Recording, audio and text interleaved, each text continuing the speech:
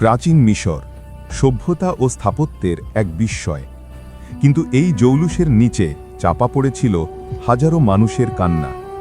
বনি ইসরাইল, যারা ছিল নবী ইউসুফ আলাইহিসসালামের বংশধর, আজ তারা ফেরাউনের দাস। রোদে পুড়ে চাবুকের আঘাতে তারা পিরামিড গড়ত, আর আকাশ পানে তাকিয়ে একজন উদ্ধারকারীর ফরিয়াদ করত।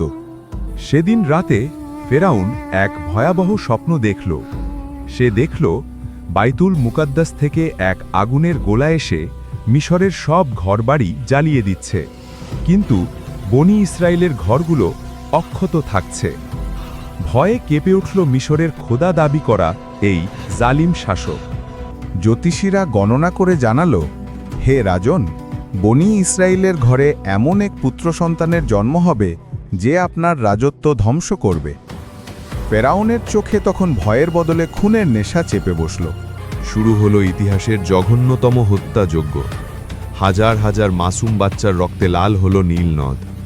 প্রতিটি ঘরে তখন শুধু মায়েদের আহাজারি।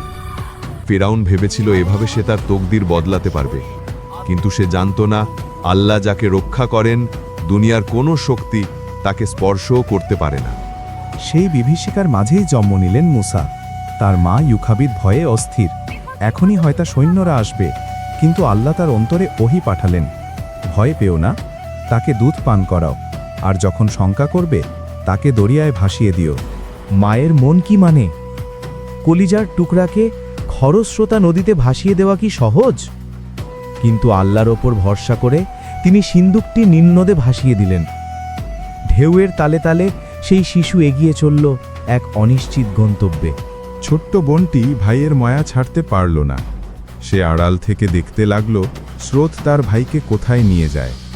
আর আশ্চর্যজনকভাবে সিন্দুকটি গিয়ে ভিড়ল ঠিক সেই ঘাটে যেখানে ফেরাউনের স্ত্রী আসিয়া গোসল করছিলেন। ফেরাউনের প্রাসাদে তখন এক অদ্ভুত দৃশ্য। যে শিশুকে মারার জন্য হাজার শিশু হত্যা করা হলো, সেই শিশুই আজ ফেরাউনের কোলে। বিবি আসিয়া বললেন, একে মেরো না, এ আমার ও তোমার চোখের শীতলতা। আল্লাহ তার শত্রুর ঘরেই তাকে লালন পালন করালেন।